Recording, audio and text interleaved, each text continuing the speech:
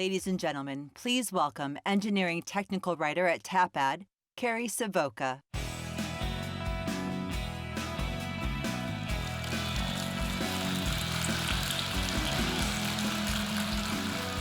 Hi, good evening, SC19. Welcome to the HPC Is Now Plenary. My name is Carrie Savoca, and I'll be your moderator this evening.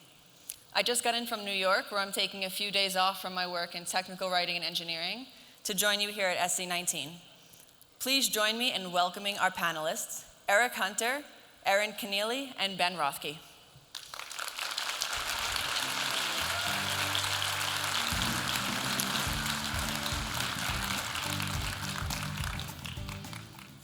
Thanks for joining us. Eric, where are you joining us from tonight? Flew in from San Diego, but it seems like I spend at least 2 weeks of every month either over in Asia or over in London, the EU, just with the type of work I do. Nice, and what kind of work is that? I'm a futurist, so I speak on the future of technology, human behavior. I advise governments, corporations, corporate boards on where are things going to trend in the next 5 to 10 years, and then how technology and human behavior are continuing to evolve. It's actually a topic of my next book, The Future of Human Behavior, and it's a topic I find extremely fascinating. I also hold a CTO seat with a law firm, Bradford & Barthel, and on several advisory boards around the globe. Awesome, it's great to have you here. Thank you. And Erin? Hi, thanks for having me. Let's see, I hail out of the Great Pacific Northwest, just out of Portland, Oregon. I am the CEO and founder of Alchemy, which is applied research and consulting firm at the crossroads of technology and law and policy and ethics. I've just recently transitioned out of service in the government with Department of Homeland Security, the Cybersecurity Division, and the Science and Technology Directorate. Great, thanks for joining us. And Ben? Hi, Ben Rothke. I manage security at TAPAD, a software firm based in New York City. I've been in information security for about 20 years. Previously at TAPAD, I spent 5 years consulting, doing a lot of design, architecture, emphasis on PCI, encryption, compliance. So, looking forward to speaking about the topic. Great, we're happy to have you here. So this discussion is aptly named When Technology Kills. It was inspired by a few articles that I wrote about software failures in safety-critical systems, technology and its effects on our mental health, and ethics regarding software failures, especially in medicine. We know this is a really engaging topic, and we'd love for this to be the beginning of a longer conversation. So please join us with the hashtag SC19 Plenary. We already kicked it off on Twitter and LinkedIn a few moments ago, in fact. So we'll kick off the discussion with an open-ended question, and we do invite you to participate, so we'll save some time at the end for Q&A. And with that, who do you think is responsible for software failures in safety-critical systems? It's interesting. I think that in that kind of a question, oftentimes people will focus on the technology itself, and it really comes down to the individuals involved, the humans involved, and that can sound profoundly redundant. Mm-hmm. But the reason I'm saying that is because you can't divorce human behavior and technology. And it's about the individuals that are adapting to these technologies, creating them, interacting with them, and then when something fails, what were the decisions that were made and what can be learned from the individuals involved? I think those are some of the key points to take away from that question. Sure, I'll jump in. I think when you use the terms, responsibility and blame, implicit in that is this notion of lack of trust. And I think one of the major problems that we're facing now is this gap between our technology and our laws, right? So I very quick to sort of coin that as a gap between our expectations and our capabilities. So just real quickly, what do I mean by that? We've got technical people in this audience. Imagine a graph and its change over time. So you've got two lines, an upper line that's very steeply sloping, approximating Moore's law, and that represents the rate of change of technology, our capabilities, what we're able to do. At the bottom, you've got, not quite flatlining, a slightly upslope is a line that represents our laws, and that is our expectations. So there's this gap in between those two, and this is where we have conflicts of rights and interests, right? So I'll take, for example, let's take AI. where you may be deploying AI on edge devices to monitor your behavior. And there's a myriad other examples we could throw in here. The issue is my right and my interest in privacy may conflict with my employer's right and interest in the security of their enterprise or their commercial free speech rights. It may conflict with my fellow citizens' interests in their own security and privacy. It may conflict with the government's interests in securing critical infrastructure. We see these instances all over the place, like I mentioned, with AI. We've got recommender systems, scoring systems, classification systems that are all trying to build predictive models about us. At the end of the day, I think it's important to realize that, technology is no longer just providing affordances. In other words, it's not just spell checking our documents. It's actually making decisions and taking actions by and for and with us. And those impact our rights and interests. Oftentimes, those decisions and those actions are being done in a very asymmetrical, opaque manner, and they have impact, and we're not certain of those impacts sometimes. So, the consequence of that is really we're dealing with this widening delta between our capabilities and our expectations, and I think that's what we have to worry about. And at least three consequences of that is you've got increasing tensions between legitimate stakeholders, right? It's easy to say good guy versus bad guy. Okay, we know someone's right and someone's in the wrong. But when you've got good guy versus good guy versus good guy, how do you resolve those issues? You've also got inefficient avoidance of risk problems as well. If companies, organizations don't know if what they're doing is violating the law. And then finally, you've got an undermining of ordering forces, right? People either receding from the marketplace and not trusting technology, or going rogue and extrajudicial and taking the law into their own hands. And we don't want any of those situations to happen. I think, just to kind of summarize, there's at least 5 to 7 what I would call trust mechanisms that we can rely on. Number one, we need incentives to build, secure software and not just race to, time to market pressures. We need to rely on responsible research and development. I think that's critical. Secondly, we need to do a better job of getting real-world, longitudinal, large-scale data in front of researchers and developers to develop and test and evaluate their technologies. Everyone's rushing ahead with great algorithms. You can build the greatest algorithm since sliced cheese. If you don't have good data going in, you're going to get bad results on as an outcome. I think we need to do a better job from a smart governance perspective with regards to the collection, use, disclosure of data, and we need to be more innovative from a legal perspective with regard to liability and holding people responsible. Needed to have better convening and coordinating between academia, research, and the private sector, standards and best practices, and then finally, I think ethics underpins all of those. Ethics is used a lot. I like to, provide people with kind of framing thoughts. If you think of ethics, you got to think of it in terms of the three-legged stool, right? Principles, applications of those principles, and then enforcement. We're doing okay on the first leg, it's a little bit better on the second, and we need to do a lot of work on the third. And I'll just stop there for now. Great. Yeah, I think when you look at it from a corporate governance perspective, when a large organization has record profits, we see senior management often reaps the benefits there. So if they're getting those financial benefits, then it needs to trickle down also, is that they're responsible for that, for the safety, the risk, the information security also. And often we see in the aviation sector, it's a matter of, does this organization have a safety culture? And where there's a lot of accidents, where there's a lot of incidents, it's because management didn't develop a safety culture. And so too, that works in information security and privacy and everything. If management takes it seriously, if it's an imperative to them, then it will trickle down. So really, at the end of the day, everything starts at the top. You have to build that culture, and if that exists, it will trickle down. And if they take it seriously, the rest of the organization will take it seriously.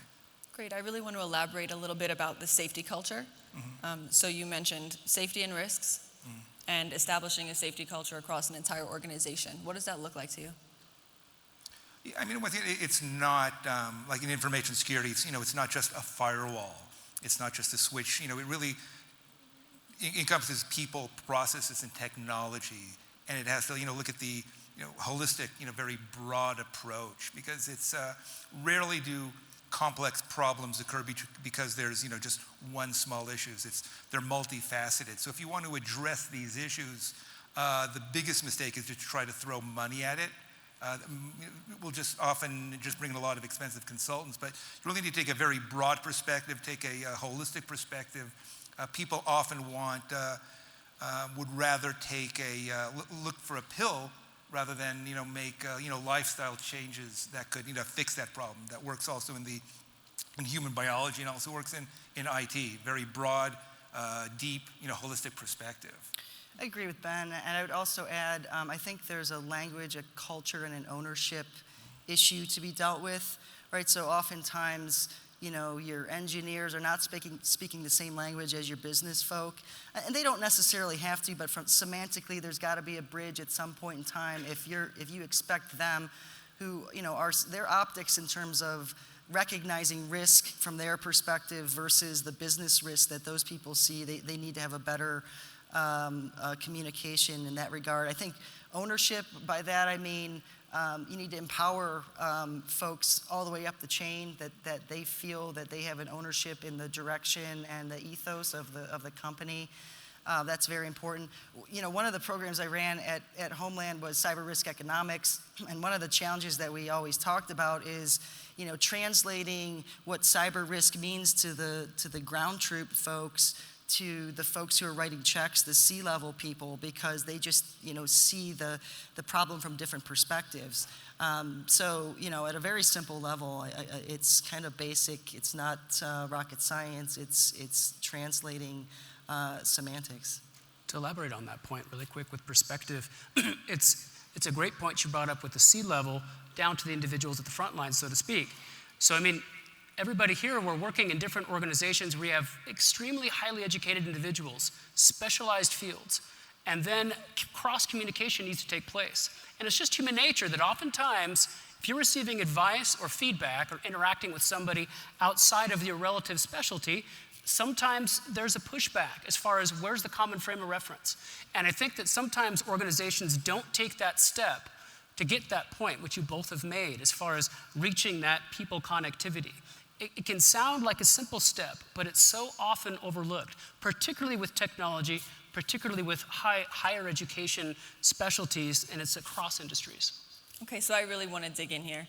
Eric, you mentioned cross-communication and working outside of your specialty. And Erin, you talked about not racing to meet market pressures specifically. So when we're thinking about products that we create, anything technological, does the engineer always know what they're building, what they're being asked to build, who's going to use it, how it could be manipulated? And what are the implications here? Do they or should they, right? So I think, first of all, I think there is an obligation, and at different levels, for people up the chain, from the engineer to the business folks to the people who ultimately make decisions. So rewind about, 2009, I was involved in an effort. So I did a lot of advising and work with cybersecurity research community, and we saw that a lot of the work that they were doing was coming close to running afoul of the law, working side by side in criminal botnets and observing behavior in dark nets and whatnot. And that was just a few examples, and we thought to ourselves, well, gosh, what's holding us to account here? And that's what the genesis of this multi-year working group to develop the Menlo Report, which is guidelines for ethics in cybersecurity research and development. The point there is that we took it upon ourselves to take personal responsibility for the train that we saw coming down the tracks. I see a lot of that going on in the data science world with regards to ethics in AI and fairness and discrimination, and I think it's really a good thing. I see at the bottom level. At the top level, I see a lot more corporate folks talking about ethics. I think, to be candid, a lot of it is just a hand wave. Not a lot of folks are really backing that up. Not surprising. I mean, security was the same way, a decade ago. Privacy was the same way 5 years ago. Ethics is starting out the same way, which is to say, people paying lip service. But at the end of the day, I think there has to be individual responsibility, and that's got to be backed by corporate responsibility. It's interesting. I think some engineers have enormous budget, and some developers have enormous budget. Think of, again, some companies that we're talking about and are represented here are doing some of the most extraordinary things, cutting-edge things that are going to be taking place over the next 5 to 10 years. And within some of these organizations, you can have a hierarchy or communication levels, like we're talking about.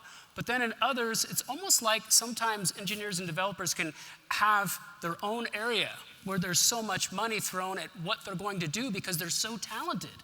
In a way, it's an incredibly creative venture, what they're able to create. So to answer your question, in that case, sometimes the engineers or developers may absolutely think about that end result and where it's going, but then when it comes towards looking at profits, distribution, where it goes, that's where I think some of these complexities come to play. And those are very real aspects to take a look at when we're taking a look at these things. And when you look at the technologies that are rolled out, almost that we see or interact with every day, you can almost see sometimes technology that's been rolled out without some of the forethought that we're talking about here. But then in some cases, there's been tremendous forethought, and it just doesn't, and you can end up having an accident or something happens, and then there's a regrouping, if that makes sense. It's very easy to blame engineers, but even with that, where a lot of mistakes occur in the software space is that when engineers are responsible also for user interfaces, and they need to understand who is going to be using this system. Is this is this an average end user? Is this a physician? Systems are extremely complex. I mean, if you buy a Tesla now, the user manual is 1,200 pages long, and so now you're not really driving a car anymore. You're getting into a computer, and so those interfaces, while it may make sense to an engineer, the person behind the wheel, that user interface, might be not intuitive. It might be using colors, and they're colorblind. It could be using certain images that doesn't make sense in their culture. So there's once again, there's the back end engineering, there's the front end. I think we see a lot of mistakes is that in user interfaces where they spend a lot of time in the products, but don't focus on the machine user interface, and that's where a lot more work I think needs to be done, and often that's done at the very end where they don't have enough time, and that the repercussions are significant. Let me just put another end cap on the incentives. I'm a big believer in that. What's driving people and organizations, and Ben, to your point, I get it. It's easy to blame the engineers, but let's take a concrete example with Boeing, right? The Boeing situation was not a blame the engineer decision. It was a corporate decision made to not redesign the airplane, to throw some software at it, software that the pilots were not trained on, and then rely on split-second decisions of those pilots to make some sort of a modification when the nose would dip, unbeknownst to them. Yeah. So I think that's a perfect counterexample, and to my point about ultimately, what is incentivizing and driving the corporations that are actually, writing the checks in these situations. So when it's software versus physics, we know. A case in point example I'd like to end with that as well has to do with the space industry. And so taking two different approaches with this. You look at NASA, and NASA has at times been criticized by others for having this perception of moving too slow. For a specific example, going to Mars. How are we going to do it? You've got NASA's vision, Boeing's vision, you've got Elon Musk's vision. And then there's these different perspectives. Now, NASA has a very real reason for taking these steps, putting together the plans that they have in incremental stages and getting there because of failures that have happened in the past with the shuttle crashes, human lives at stake. They have this very real history they're building on. But then you have individuals like Musk that are going about it completely different, changing the rules, looking at building rocket stiffing, putting together a different perspective and so forth. And there's it's a very different approach from either. And I think part of the topics that you're asking about are a case in point here, because when you're looking at something that grand, that far, but also that technologically complex, with so many people involved, it comes away more from you can have technology failing in some instances where human lives aren't affected, to where this it's the very success of a vision that can cost billions of dollars take 10, 15 years. So let's talk about another one where human lives were affected. There was a case about a decade or two ago that involved a radiation dispensing system that was engineered and built for physicians to dispense radiation to patients. When the physicians were unable to use it exactly the way they wanted to, they found a way to manipulate it, and over 30 people ended up receiving radiation overdoses. So in this situation, who is responsible for predicting how the users might do that? Because as you mentioned, engineers are not usually physicians. So would an engineer be able to predict, or should they be able to predict, I'm building this system for this physician who might need to dispense this medication in this way? I think it's almost in some ways, it's like, when you, with petty cash, you don't ask for receipts for a $3 Starbucks coffee. But when someone, submits an invoice for $250,000, there's a lot more controls there. So obviously, certain times we want things to be overridden.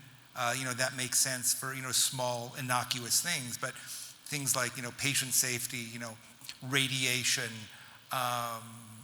anything with, patient safety, passenger safety, the threshold is much, much higher because, lives are at stake. When it's there's, when you do a chargeback in the credit card industry, most of the time for under $25, they don't care about it. Each one has their own threshold, but when we're dealing with lives at stake, the thresholds are much more significant. So you don't want a physician overriding something when lives are at stake. Yeah, I agree. I mean, I think, you have to look at the foreseeable consequences and the frequency and the severity of those. Again, if you're dealing with life or limb or civil liberties, you really need to take those seriously. And this notion of being able to disclaim liability or responsibility in those situations, I don't think should wash. Again, we'll take an AI situation. Let's say you're dealing with an AI, black box that's behind an autonomous weapons system or vehicle. Should we not hold engineers, organizations responsible for evaluating that black box and validating, some level of outcome?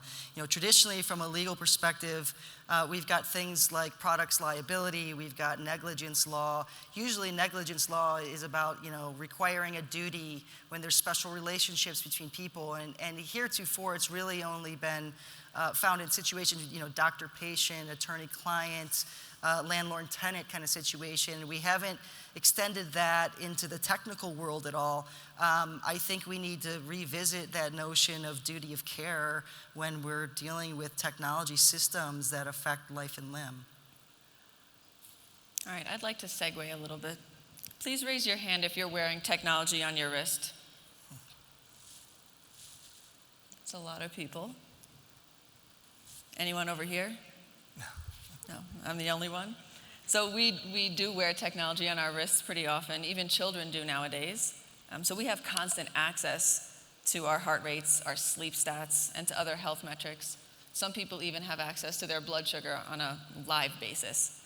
So does this type of technology have a damaging effect? And what if it fails? What if this doesn't tell me that I'm tachycardic? Who's responsible for that? What are the implications for a company? I think this comes down to the individual involved. There's a tempting aspect with technology where it becomes so ease of use, and this is a case in point example, where we can then expect it to work all the time. But it's also our responsibility. And so it depends. And the question for the audience to think about in that instance would be, who would you rather have diagnose you and interact with you? A specialist with access to a lot of data, different technologies, expertise, collaboration, or something like this that's going to be feeding to you. And I think it's important to think about how technology can help with ease of use.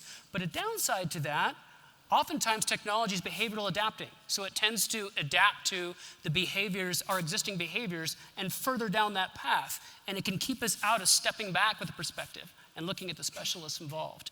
And so I think in that instance, I couldn't say enough how much more I think it would be the responsibility of the individual and taking a look at this, coordinating with the specialist involved then at that point and following up. So ultimately, I agree. It's a personal decision that needs to be made. with regards to taking those risks. Certainly we avail ourselves of a lot of the benefits that technology has to offer. My problem is, again, heretofore, people have not been able to make informed decisions about technologies because a lot of the risks about the collection, the use, the disclosure, the inherent risks of technology are being shielded from people. And what I want is, no, let's not become Luddites and throw technology out the window, but let's make people more active participants in understanding what's going on so that they can make informed decisions about the risks that they're undertaking.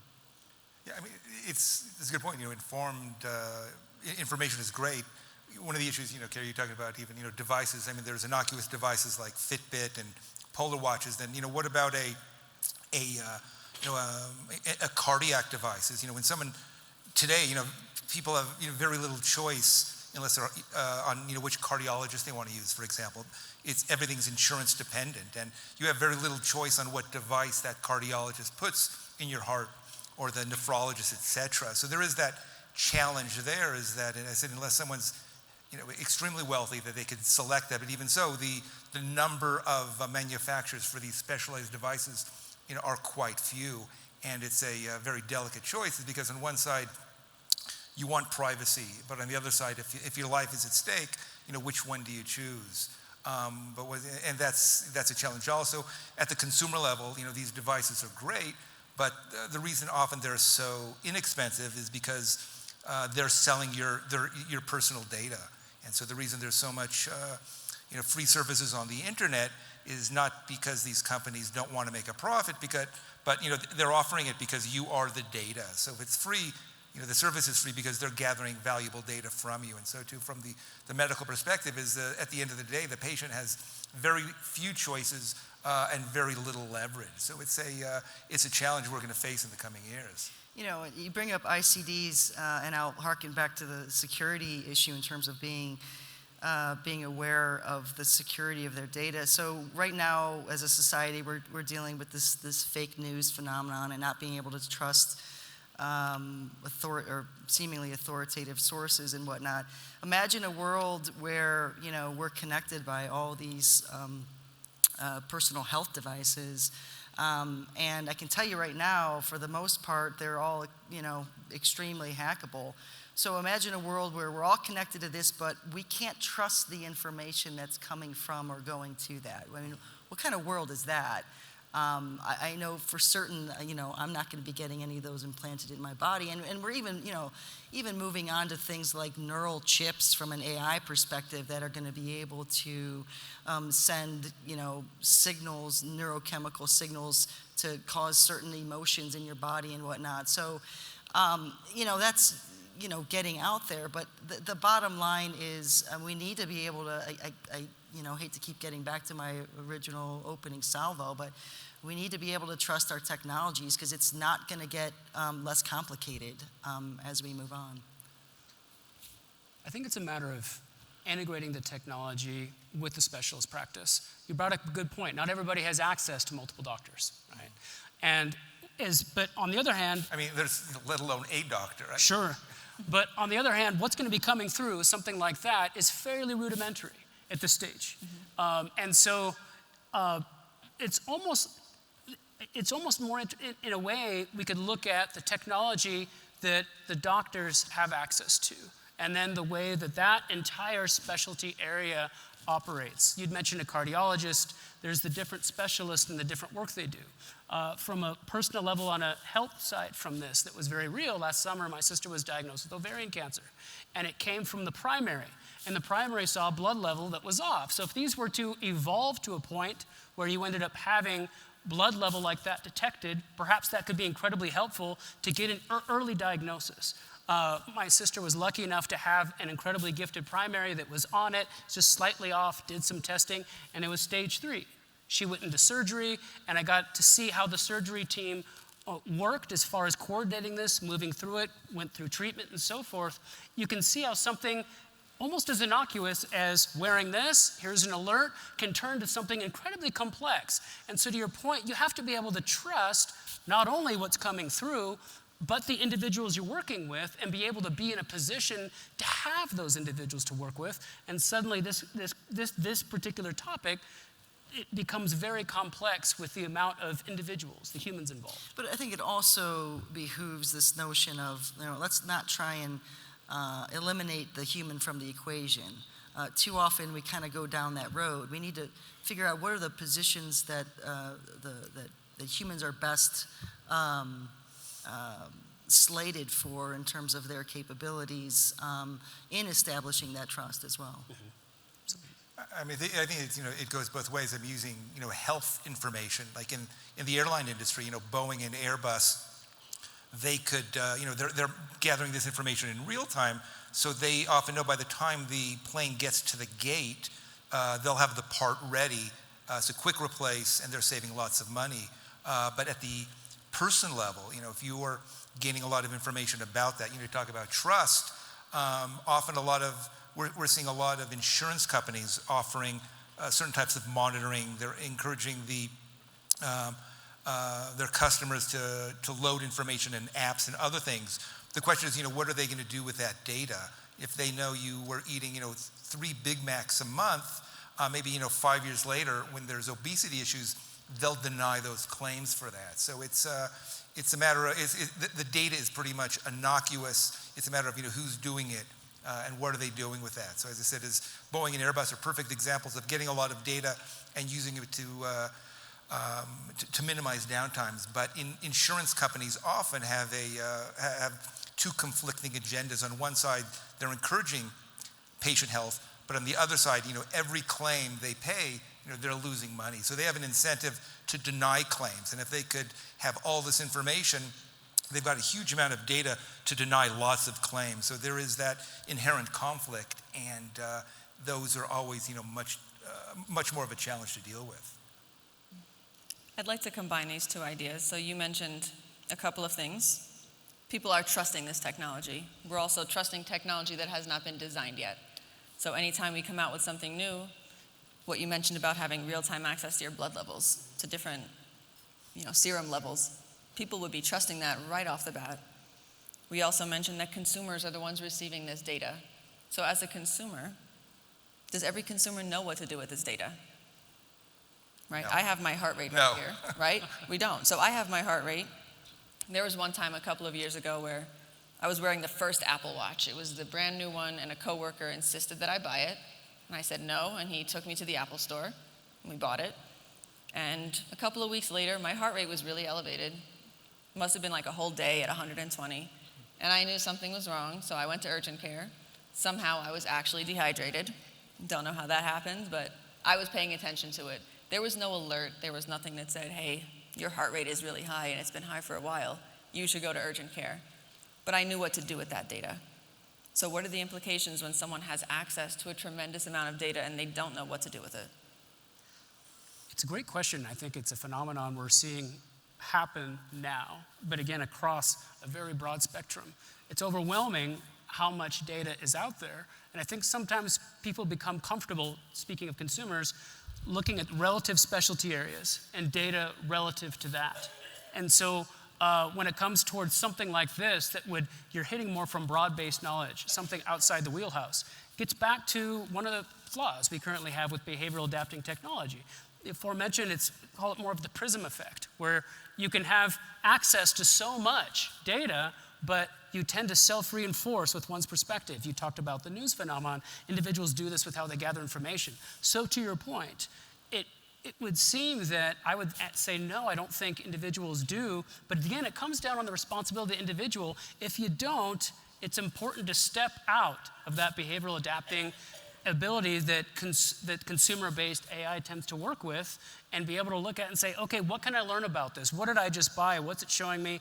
How does this work? And then once you have that type of perspective, there is so much data that can come in a specialty area. So it's more of that, bringing back that personal responsibility element, if that makes sense. Mm-hmm.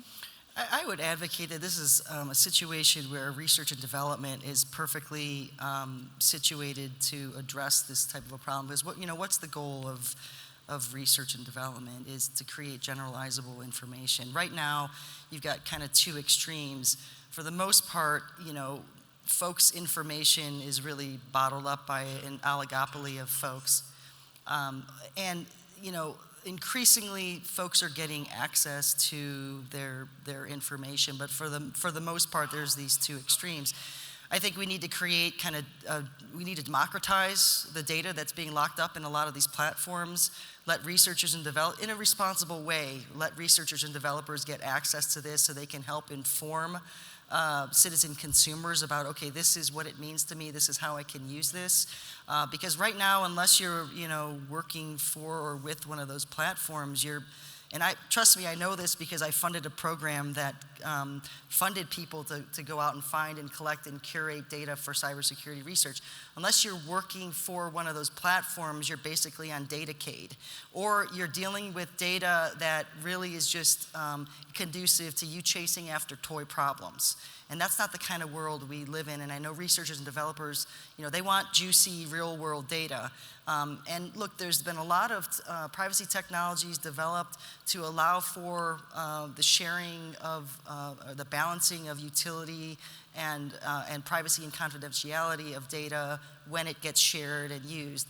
I think we've underutilized that, and I think that's a mechanism that we can use to get access, to allow access to the research and development community. But having said that, again, I think we need to democratize a lot that's bottled up in the platforms. Yeah, I think getting the data is not really that difficult. No organization, none other than the NSA, they're getting, terabytes of information, every hour. Their challenge is, what do you do with all that data? So to even in corporate America, it's very easy to get gigabytes of log data per hour, but of that, there's maybe a few kilobytes that make sense. And so it's not, acquiring the data, it's, making sense of it and having people who could make sense of that data. One of the challenges physicians face is that people will Google things and come to their doctor and they have to show them those symptoms are not really symptoms, they're innocuous. So it's as it is, there's a term drowning in data. The key is don't let yourself get into so much water. Really filter the amount of information, know what you want to know, and get that information which makes sense to you. Because if not, you could get literally gigabytes of information per minute. Of that, we really don't care. It's sort of like getting every newspaper in the world delivered to your doorstep. All you want to do is know the local sports and weather. So it's true, we're living in the big data era, and I've been asked this question: why, as a government officer, were we funding this assistance to researchers? And my response was this: look, big data might grow on trees, but it's still got to be picked and sorted and trucked and bottled and filtered. And none of that is cost-free. People assume that is just free, and we get from the oil to the mineral without a lot of resources. And right now, there's not a lot of entities who are spending resources on that data infrastructure, and I think it's definitely something moving forward that we need to concentrate on. All right, so let's circle back. The topic of this whole talk is when technology kills. So we've talked about some technology failures, some software failures, big and small. And the question I'm left with is, does technology fail, or do people fail at using technology? I would think that sometimes people fail in executing the vision of the technology, and something gets missed along the way. It can either be from, as the aforementioned, from the engineer up to the C-suite. There could be a lack of connectivity there. The human communication breakdown between levels of management, or again, specialty areas. I think that's where the breakdown with technology failures tends to take place most of the time. I agree. I think humans fail. If I had to choose between the two, the notion, sure, technology fails, but at the end of the day, technology didn't, drop down from the heaven like the 10 Commandments. It's produced by humans. So I think at the end of the day, we're responsible. And I think this point is even more prescient as we move into an AI era where it's no longer, traditional hierarchical programming where you program inputs and outputs. You put some parameters together in an algorithm, and then you really don't know what you're going to get at the end. So that's going to challenge that notion, but at the end of the day, I think we cannot cede responsibility as progenitors of the technology. Yeah, I mean, I think, I've done a lot in the aviation sector as a private pilot some years ago, so all my analogies, generally come back to airplanes. But, we see that with a lot of aviation accidents.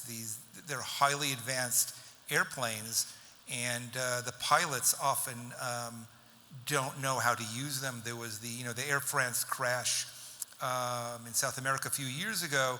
Had the pilot literally done nothing, taken his hand off the joystick, the plane would have corrected itself, but he didn't understand basic flying. And that's actually a huge challenge facing the aviation industry, is that there's so much automation, pilots really have lost those core skills. And so technology is awesome, but it doesn't work in a vacuum.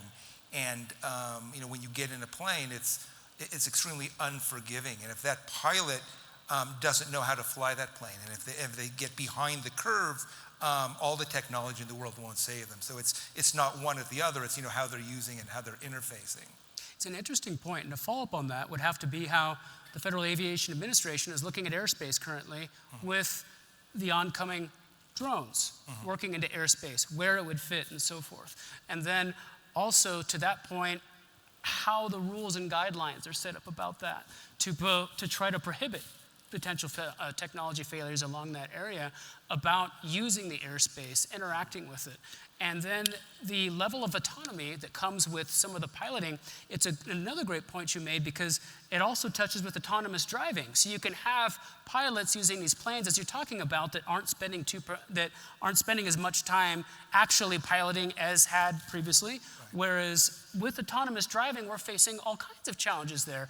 And I think it's an interesting aspect that the auto industry finds itself in, because nobody wants to be the newspaper industry from the 90s, where you get disrupted to the point where you're caught on your heels and you're not able to maintain profitability going forward. So there's been all of this investment and interest in autonomous driving and so forth, but it's interesting with technology, you can get to 90% or 95%, but that last 5% can be extremely difficult. And sometimes, again, I think that's where that communication breakdown could break down, where you can have the C-suite saying, hey, we're almost there, engineers, developers, I thought we were there, this was the plan, but then there's some pushback saying, yeah, but this last 5% is really tough. And the difference between accidents happening and issues taking place, where you'll have a driver where autonomous driving's on, they may be looking down, or a video, and there's different aspects that the programming isn't able to read, these things all come into play.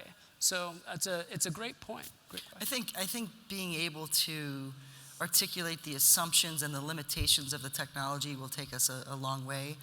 It's almost anathema for some companies to think about that, because you want to lead with, hey, these are the great bells and whistles and features and functionalities.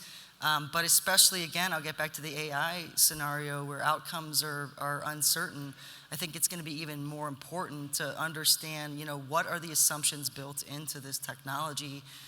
What are the limitations?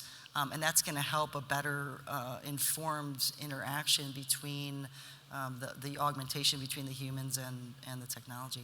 I mean, there's a lot of accidents. People, drive into lakes, they've driven off mountains. And for those that survive, when asked, why'd you do that? They say because the GPS said so. So it's that trust there. And it says, go straight. And once again, mapping is a, Denver, New York, Atlanta, all these cities are very well mapped, but when you literally go off the beaten path, then that mapping software is not as accurate as it is in downtown Atlanta. And so when someone is just blindly following that GPS, it's not so bad if you're in slow traffic, but if you're driving down a mountain, the repercussions are significant. And saying I trust that GPS, they have to do the proverbial trust, but verify by looking out the window. It's a great use case for the ongoing development of augmented reality, integrating with the driving experience to that point, where currently you can't, it's just human nature, you're looking down, this and that. But as it becomes part of our visual plane, and we start to integrate a lot of these different technology adaptations from the wrist, from the phones, to combine with sight, because we're such sight-centered individuals as a race, and that it's how we tend to operate. And so having these type of augmentations take place, to your point as well, I think can really help with that. But also to your point, articulating exactly where, how, when, and where it fits. And I think the other aspect of that is the trade-offs, right? So, gosh, I don't know, I couldn't tell you the numbers of any of the people in my family because I just press my phone and their picture, right? So to think about all the things that we've become really horrible at from a memory perspective, a lot of these rote tasks, which might be fine, but there's also, to your point, Ben, about wayfinding and getting lost, and are we making ourselves more vulnerable the more we rely on technology in certain circumstances? This is what concerns me. In going too far afield with our reliance on technology, is we're developing these really mechanistic, normalized, quantified schemes, and at what cost? I think we need to pay attention to not engineering serendipity, the ability to experience and experiment and reflect and respond to things that matter. Because then if the technology goes away, we not only diminish our humanity, but when the technology goes away, then what are we left with? So we need to be careful, and that's why I think to try and close the circle on my initial thoughts, that tension between the expectations and the capabilities, I think it's great. I don't think we should ever strive for one line where they're all merged. I think being human is having that tension. Our challenge is to keep that delta at a manageable level so that one doesn't get far from the other. It's interesting, before we came out here, we were saying that we could talk about this for hours, and we definitely could. There is a question that I wanted to leave you with before we jump into audience questions, but I think I'll post it under our hashtag SC19 Plenary. So Eric mentioned that we try to prohibit and prevent technology failures and technology disasters, but accidents still do happen at times. So by blaming technology in these cases, are we missing an important opportunity to improve our own practice in design and engineering and software testing? Which we're not going to answer right now. I will post it on Twitter and LinkedIn with the hashtag, but we would like to turn this over to audience questions. If you do have a question, you can step forward in front of one of the 5 microphones. There's one in each row, it appears, and we have a couple of people. We're going to start with microphone number 4. Hi, that's me. 3 very quick comments. One is you also need to worry about being afraid of technology. There was an example of a company that developed a virtual medical record system. So a physician could easily see everything that the patient underwent, and that's great for making decisions, etc. It met pushback from physicians because they were afraid that, not given the time to really go through all that, they would be sued because that information was just a button press away, and they should have seen everything, which is unrealistic because not allocated the time. So that's another thing to look at. It sometimes stands in the way. Another thing is, sometimes we're willing to take things when they happen naturally, but when it's technology, we blame them. For example, if you try to describe driving, you allow any person with minimal training to sit in a 1-ton piece of metal, drive it at 60 miles per hour, next to pedestrians, next to cars in the other directions, it would never fly. But somehow it happened. But when it's technology, we say, no, let's be careful. And the final comment, I think an honest broker in some cases is insurance companies. Because if the insurance premium for insuring a Tesla, as an example, would be $1 million a year, that would say the technology isn't there. If they're willing to insure the Tesla with the autonomous driving for less than the regular, then apparently it is. And in these cases, they are honest brokers and experts. So, food for thought. Thanks. Thank you. All right, we're going to go to microphone number 2. So it's great to hear this conversation because, of course, the IEEE has their ethically aligned design endeavors, which includes P7000, talking about ethics and transparency and bias and privacy.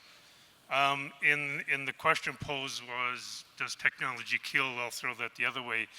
The consumer, or can't the consumer kill technology because they don't feel it's friendly for them? So I throw that question back to you in those terms, but I pause and reflect because there is an airline out there that is putting facial recognition in the bathrooms because they want to be able to track what passengers go from what seats to the bathroom.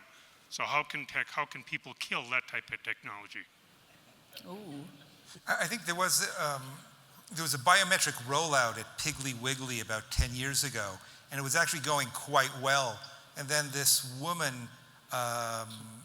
was asked to enroll, and she was, due to religious beliefs, she felt it was the mark of the devil, and she raised a tantrum, and the media picked up on that. And so in that case, that was, where there was a great technology, but just to, some public perception, it killed that, a great use case.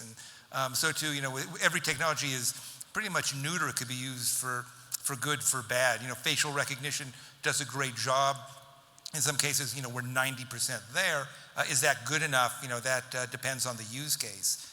If you want to, let someone into a certain area, that could be good enough. If it's a nuclear command and control, you want, 100%.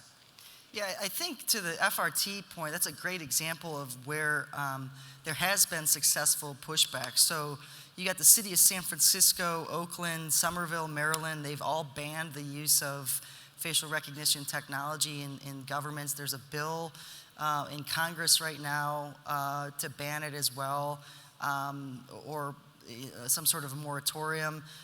Portland, the city of Portland is actually contemplating a bill to ban the private use of facial recognition technology. So there's really been a backlash, a total swinging of the pendulum the other way on that technology. And I think for good reason. We need to lead with policy, right? I like to say, policy is king and tech is kingdom. But you've got to have that policy to begin with. And if you don't, and you just willy-nilly throw this technology out there, you're going to get backlash.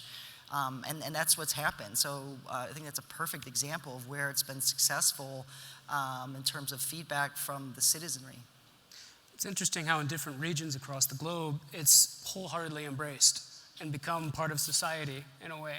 And then there's the different level of interactivity that comes from the individuals there and the government and the balance that takes place there, even with pockets within the US pushing back on certain areas like that.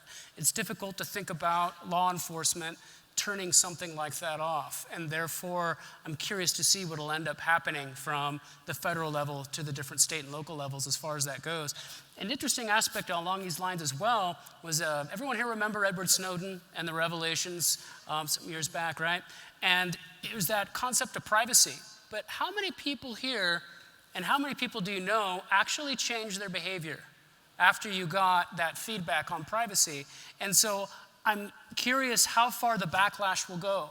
Because in some ways, it's interesting where I think people don't want to have something as invasive as facial recognition technology, but think of how much is being videotaped nowadays and how much people want to look back and see what has been videoed and how much we constantly share. We can get irritated with a lot of the different ways these have, but with human nature, it's so easy to use, we keep using the technology. So I definitely hear the pushback and understand it and support it, but then looking at entire countries and regions across the globe, not only embracing this, but furthering it and trying to take additional steps forward, it's difficult to call while that ends up. There's a tremendous bottom line for advertising, counting on that, and not saying that I support it, but it's very much there, and that certainly adds complexity to the... No, I don't disagree with your sentiment, but look, you take any situation where there's short-term gains versus long-term losses, and those losses may be latent low and slow, and that's the case with privacy now, which is why people are, there's this disconnect between stated and exhibited preferences in that regard. I think half the problem, though, is people feel helpless. They just kind of throw their hands up. They may not agree with what's going on, but they don't think that they can do anything about it. So, they just sort of assume the position. It's a great point, and to respond to it, and also an earlier point you brought up as well, if I may, it's more of we kind of have that Darwinian evolution happening right now, where you talked about the brain, what happens to it as we're interacting with the Google Oracle, or we interact with this facial recognition technology that happens, and we start moving forward with this evolution, and then you look at generations that start to take place down the line. And I definitely hear your points on it, and it's important, I think, for individuals to take strong action now if they are going to push back. Otherwise, it's more of a tsunami of movement. All right, we're going to move on to microphone number 5. Hi, thanks for the time today. You've all mentioned that it was users more than technology that fail, and that caused a lot of the issues that we see today, particularly with deadly technology. You've also mentioned that a lot of the devices are made without proper consideration of their users, and Ben, you specifically mentioned things like UI being an issue and the UI being developed too late or designed too late. I guess my question at this point is, what stage should designers really be taking charge of what their users need, and how much of these particularly deadly issues could actually be mitigated by effective, human-centered design? I didn't catch the whole. Can someone repeat it? Could you repeat the second part of your question, please?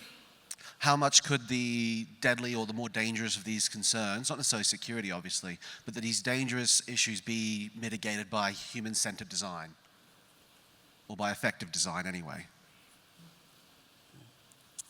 I mean, there was a paper about 15 years ago. It was called "Why Johnny Can't Encrypt: A Usability Analysis of PGP," and Alma Witten and T.J. Tiger. The PGP software program for encryption, and this was at I think Stanford University. Students who were quite smart and quite attuned to technology.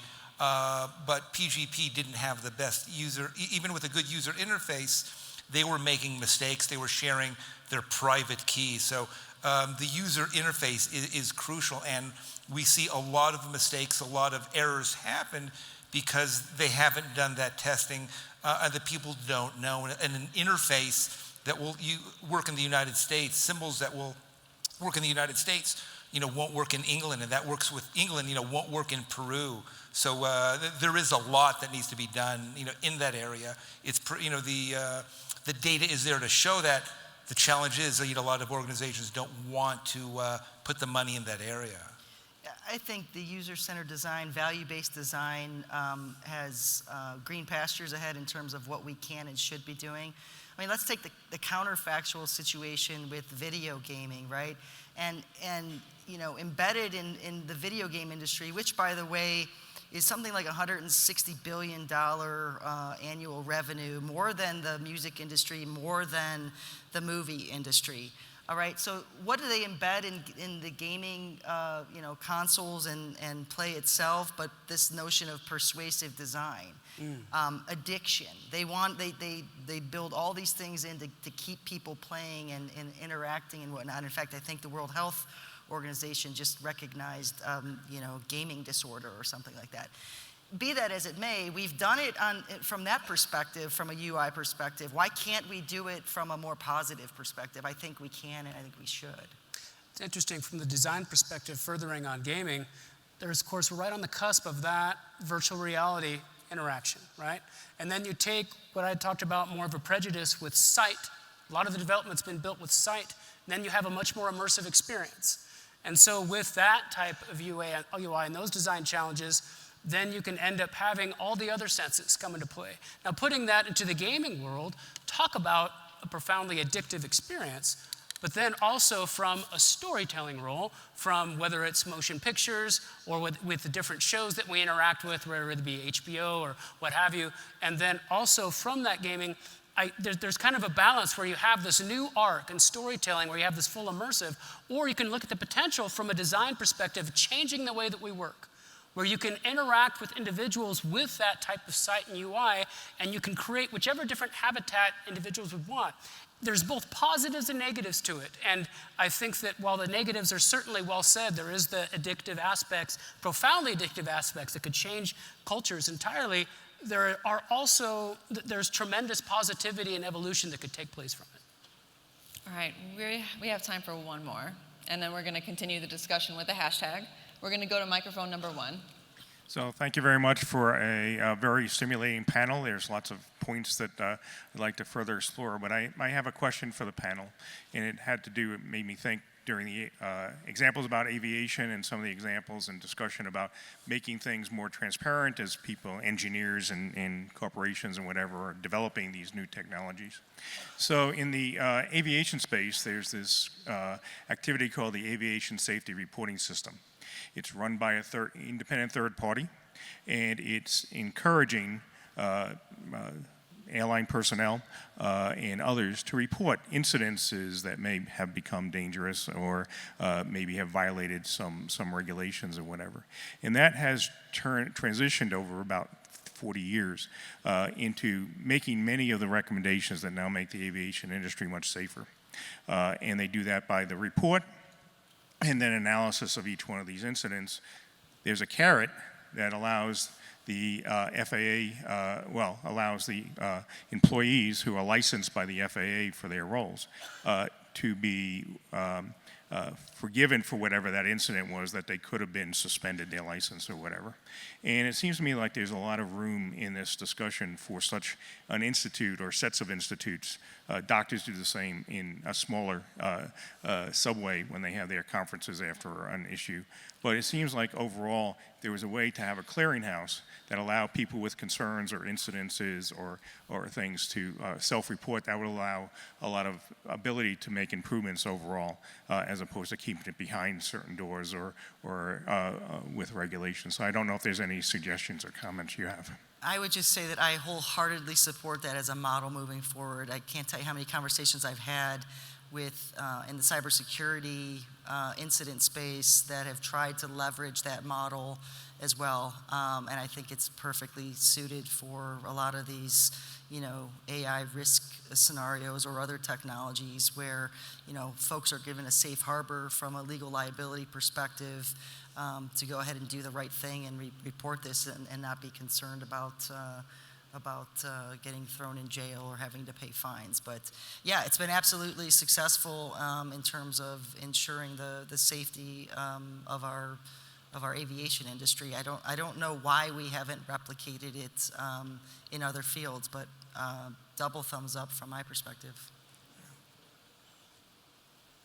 All right. Would definitely agree, and also that those type of institutes can definitely cover the different components that we've talked about a bit on the panel today, as far as when you have the challenges of specialty areas, crossing those specialty areas, looking for the guidelines and so forth.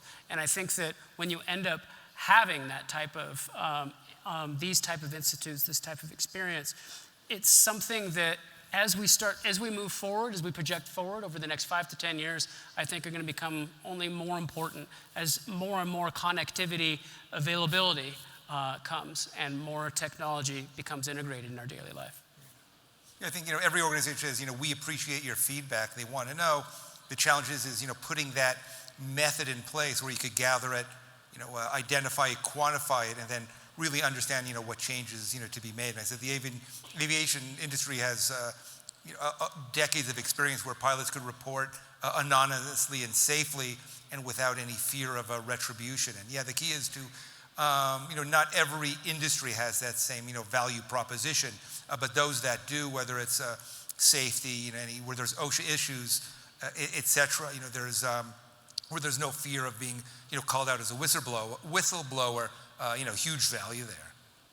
Yeah, I'm suggesting maybe in this whole discussion about AI and large amounts of data, that would be the initiation of such a discussion. But it fits that below whistleblower, which is very, legally serious and things. It allows something to be done to expose people's concerns as well as actual incidents. So. Yeah. All right, and with that, we have reached the end of our plenary discussion. So please remember, use the hashtag SC19 Plenary to continue the conversation. I know I'll be on Twitter and LinkedIn. I'm sure some of us will be. We're all very talkative. We can answer our questions together. So thank you so much for joining tonight. We're really happy to have you here. Ladies and gentlemen, please welcome the Director of the National Center for Supercomputing Applications, Bill Gropp.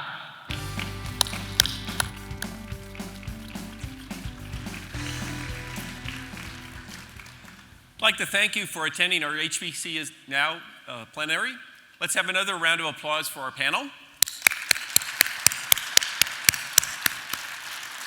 Before we adjourn, I have a gift for our moderator and our panelists from the SC19 General Chair, Michaela Taufer.